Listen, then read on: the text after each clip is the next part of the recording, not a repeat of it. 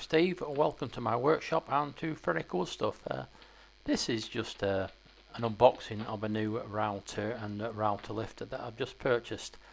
You'll see that I've made a video with regards to making the router table for it to fit into and get it operating. So this is going to take you up to that point, to be honest. A couple of reasons for why I've done this as a separate video. One is that quite a few people quite like an unboxing, see how it's packaged and how you reveal it. And plus is that if I added it to making the router table, it would have probably made that video a little bit unwieldy and a bit long. So here we go. It's the R15 router lift and motor from Rutlands in the UK. It's well packaged and got the usual polystyrene holes on it. At the top box, it's actually two cardboard boxes that are fastened together. The top one holds the motor, and it comes with two collets, half-inch and a quarter-inch collet. Also a couple of spanners so you can undo and tighten up the collets. The second box, as you'll guess, contains a lift. And this is a box within a box. Once again, it's the obligatory polystyrene support around the item inside.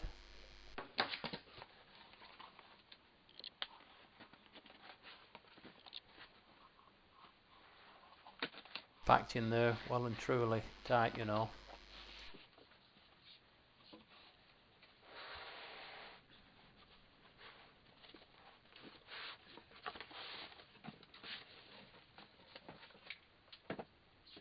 The router lift also comes with a supplied template that you can route into your table, which is quite good. Also comes with bearing guided pattern bit router bit. There's a set of inserts, 3 different size router bits. There's also a materials and manufacturing lifetime warranty if any of the components fail.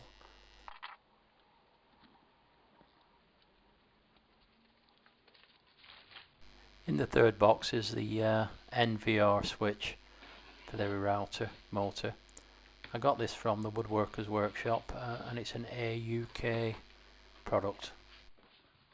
So all the items are very well packaged. Didn't take long to arrive from ordering them. Now I've got all the components. Time to make the router table. Links in the usual places.